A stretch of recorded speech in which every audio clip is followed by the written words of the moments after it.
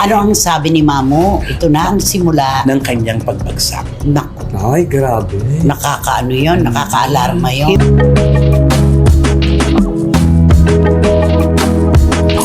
Ang hinamon niya ay isang napakalawak, napakalaking grupo.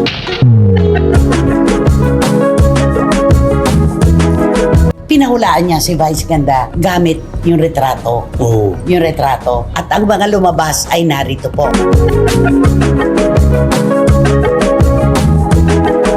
At ito ang pinakamatindi. Doon sa mga baraha, may lumabas na isang sanggol. Veteranang kolonista na si Christopher Min na bahala sa lumabas na hula kay Vice Ganda.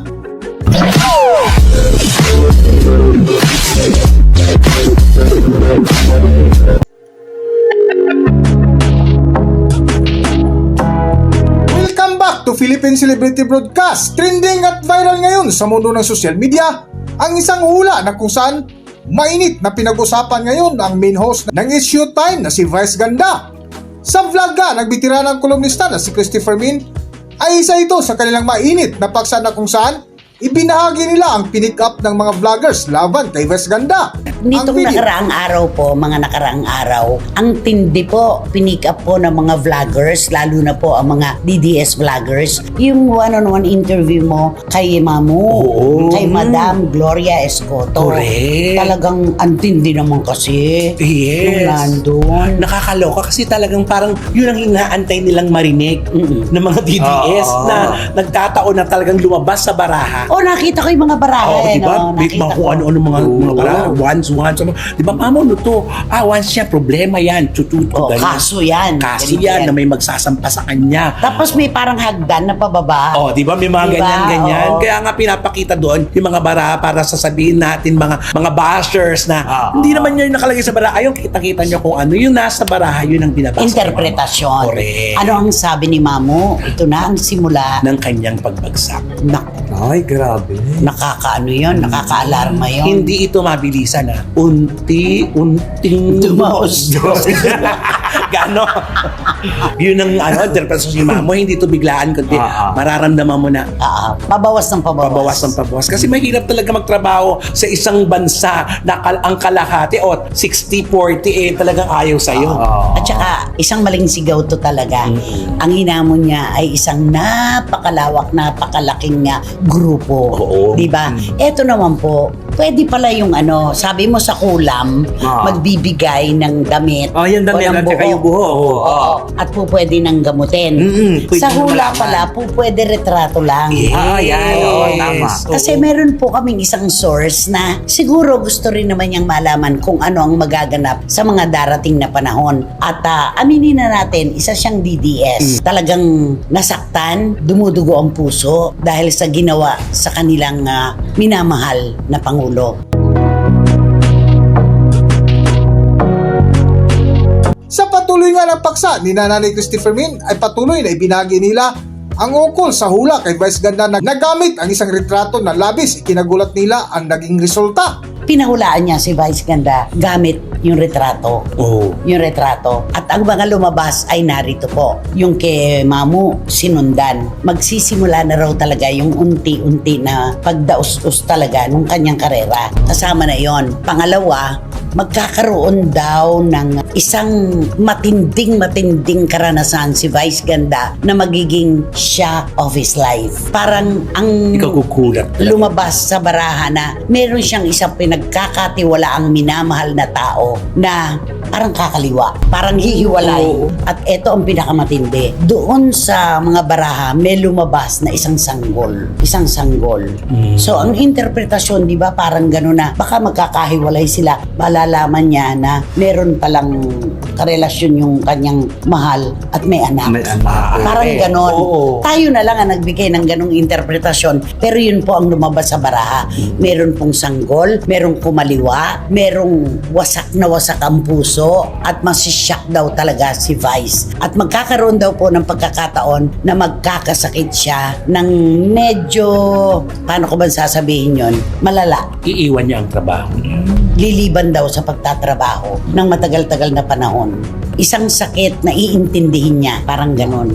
Yun ang mga hula, yun ang mga hula. Oo, ito na naman po ito po inaayon sa mga hula na pinabasa, di ba? Pinahula ng mga At saka, sabi nila, hindi totoo yung hula. Totoo naman po yun eh. Ito naman ay guide lamang. Yes, gabay. Lagi namin Gabay sinasabi. ito. Oo. At sabi nga ng ibang pilosopo, nako kung totoo yung hula, edi dapat tiyak ang tawag dyan. Correct. Hula nga lang eh. Pero sila po kasi ay merong mga baraha.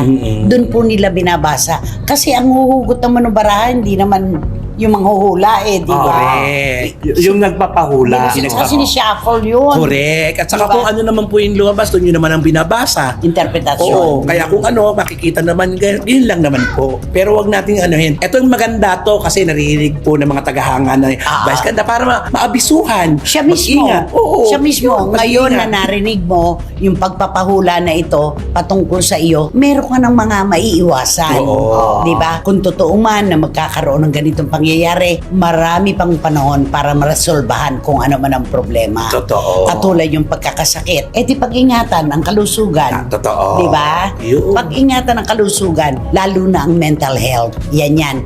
Napakalaking bagay. Tungkol naman sa relasyon, di mag-usap, di ba? Totoo. Magpakatapat sa isa't isa para maiwasan yung hula. Ganun lang naman At saka yun. kung maniwala man siya o hindi, at least importante, paghandaan niya ito. Kung darating man, di ba? Kasi kung hindi man darating, Very good. magpasalamat ka sa Panginoon. Oo. Lahat naman dapat pinagpapasalamat, Totoo. di ba? Kahit nga yung mga paghamon, pinatatatag tayo niyan.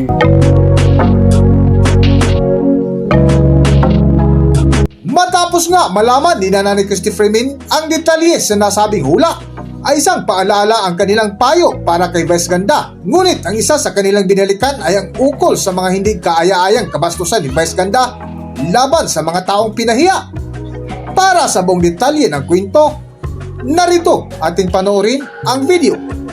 Pero kapag sinasadya nating gawin ng isang bagay, tayo maglalagay ng ating sarili sa gitna ng laban. Yun lang yun, di ba?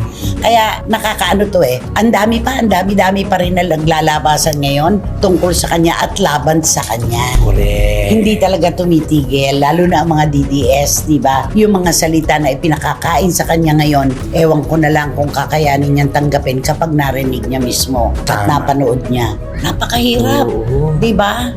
Ano masasabi mo? Napakahirap talaga ng kalagayan ngayon ni Vice Ganda. Ano sa palagay mo? Di ba sinabi ni Mamo, sa harap ng mga kamera, nakakaya Masaya. niyang Oo, magpatapan at magsaya. magpakasaya. Correct. Pero kapag nag-iisa na lang, Nakatalikod Doon pumapasok lahat na talaga. gano'n naman talaga di ba? Correct. Kapag marami pang tao sa paligid natin, di ba? Hindi pa naman tayo talaga nalulungkot ng labis. Pero kapag nawala na at nag-iisa na lang siya at tunog ng aircon na lang ang kanyang kasama at saka si Ayon, doon papasok yung kalungkutan. Lungkot yan, di ba? Lagi natin napapanood yan kapag wala na ang telon. At pag bumaba ng telon at namatay na lahat ang ilaw, balik ka na sa iyong pagkatao. Mararamdaman Normalidad. mo na. Kaya nga ang komedyan, di ba, may dalawang maskara Mukha. yun. Isang masaya at saka isang malungkot. Correct. Kaya ibig sabihin, dapat nasa gitna si Bay para na hindi maranasan ang lungkot. Kung darating man yung lungkot sa buhay niya. Ito yung isang senaryo na ika nga natin, di ba, ibinabalik ng mga tao yung kay Miss Jessica Soho. Dapat ito ay naiwasan, pero naulit pa. Ito yung isang babala na huwag na ulit gagawin. Huwag na ulit gagawin para wala nang ganito katinding problema, di ba? Correct. Siya mismo talaga ang tinamaan dito. Siya ang pumukol, siya ang nabukulan. Correct. No? Kasi lalo na ngayon sa ng social media, Ay, Sobra. nako, grabe. Talaga. Matindi talaga. ano mang bagay na maliit dito sa social media, napapalaki ng ilang segundo pa lang. Totoo yan. Totoo yan. Hindi katulad kasi nung una na yung kalaban mo, tao, kitang-kita mo talaga, Harap-harapan. harap-harapan at Oo. kilala mo. Ay ito, hindi mo kilala kung sinong mga yan. Kung sino yung mga Oo, nag-o-opinion. nag-o-opinion yan, Oo. nagbumabanat sa'yo. Kilala mo at kung saan ba yan nakatira. Alam na alam mo ba yan, di ba? Hindi mo alam. Hanggang dito na lang muna ang ating video at kung nagustuhan nyo, huwag kalimutan mag-subscribe at pindutin nyo na rin ang notification bell para ma-notify kayo sa ating susunod na video. Maraming salamat!